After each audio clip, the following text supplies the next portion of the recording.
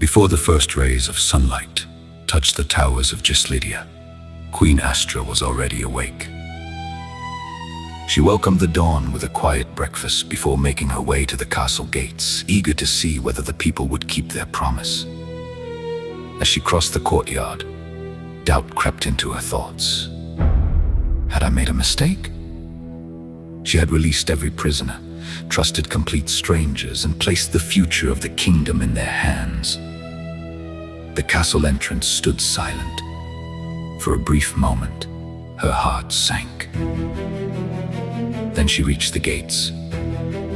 Waiting outside were more than 100 men carrying hammers, saws, shovels, and every tool needed to rebuild the castle. They had arrived before sunrise. A warm smile spread across the queen's face. Stepping through the gates, she welcomed them. "Good morning, my fellow Gistlidians, thank you for returning. Today we begin rebuilding not only these walls, but the trust between ruler and people." She invited each man inside to register his name, ensuring every family would be fairly paid for their work.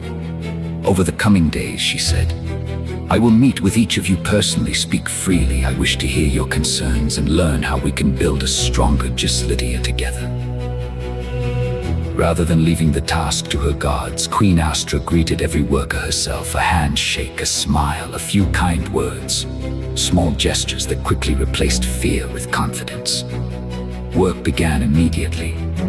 The heavy barricades and defensive walls that Rerhuds had built were dismantled piece by piece by midday.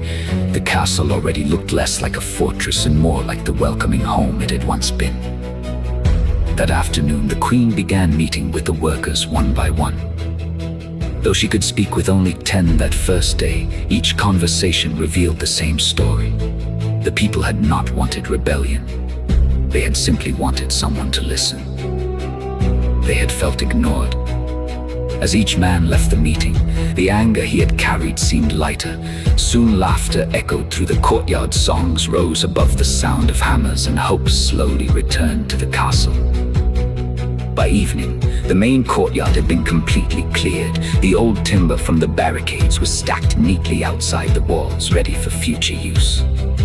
Satisfied with the day's work, Queen Astra thanked every man personally before sending them home to rest.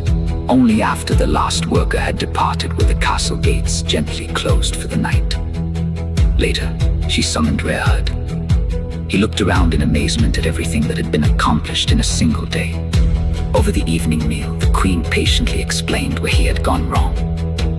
"You ruled with fear," she told him, "when you should have ruled with understanding. People do not become loyal because they are forced to obey. They become loyal because they know they are valued." She explained that the next morning he would stand beside her to welcome the workers. He would attend every meeting, listen to every concern, and apologize for the pain his decisions had caused. "I will remain here," she said gently, "until you have learned how to govern with wisdom." Rerhuds lowered his head, ashamed. "I have made a terrible mess of things."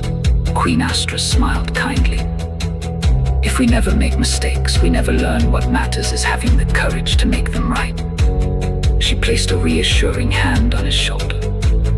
"Watch, listen, learn. Tomorrow is another chance to begin again." For the first time in many months, Rerhuds felt hope instead of fear. As the castle settled into peaceful silence, both ruler and teacher prepared to greet a new dawn and a new chapter for Gistlidia.